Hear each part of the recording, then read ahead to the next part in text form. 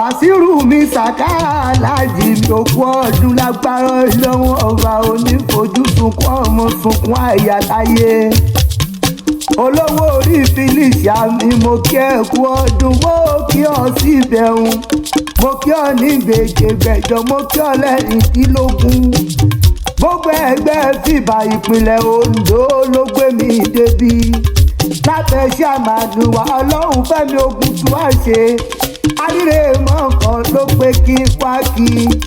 Láṣẹ gbogbo fìbà wọ́n ní Saka tí mo rí hùn, wọ́n ní wọ́ládùn bari mọ́mọ́sì. Wọ́n ní Bashiru tí mo rí hùn, wọ́n ní wọ́ládùn bari mọ́mọ́yà. Bàbá ẹgbẹ́ fìbà kúkú ló jẹ́ ní gbogbo ìpínlẹ̀ Ondo, ẹgbẹ́ fìbà mọ rírì rẹ̀. Happy birthday to you o Akure olóyè mẹ́kùn ilé bàbá rẹ̀. Ọmọ amúdálẹ̀ tí mo gbọ́ ẹnu pani. Akure lómi méjì bàbá rẹ̀ péjèjì lálà.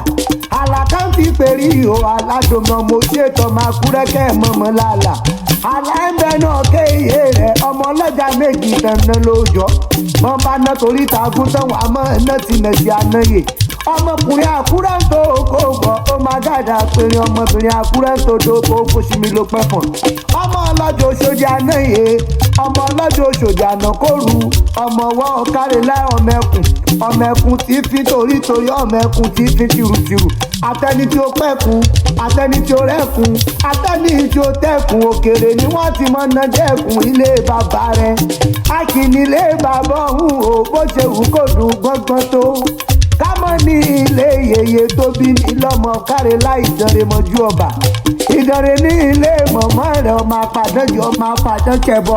Ọmọ olókè mẹ́rìndínlógún, mẹ́rin àdúró bọ, mẹ́rin àbẹ̀rẹ̀ bọ, mẹ́rin àkúnlẹ̀ bọ, mẹ́rin tó kù ó ní tán fi ṣe lé yèyé tó bí ọlọ́mọ. Ọmọ àrígbàbuwó, ọmọ oníbó owó àgbọ̀ngbẹ̀ni, ọmọ olómi kíkan tẹ́rẹ́tẹ́ lórí òkè òkúta. Happy birthday to you o. Bàbá mi Alhaji Bashiru mi Saka, patron gbogbo ẹgbẹ́ fìbà ní ìpínlẹ̀ Ondo. Long life and prosperity, àjẹpẹ́ ayé lágbára lọ́wọ́ ọba.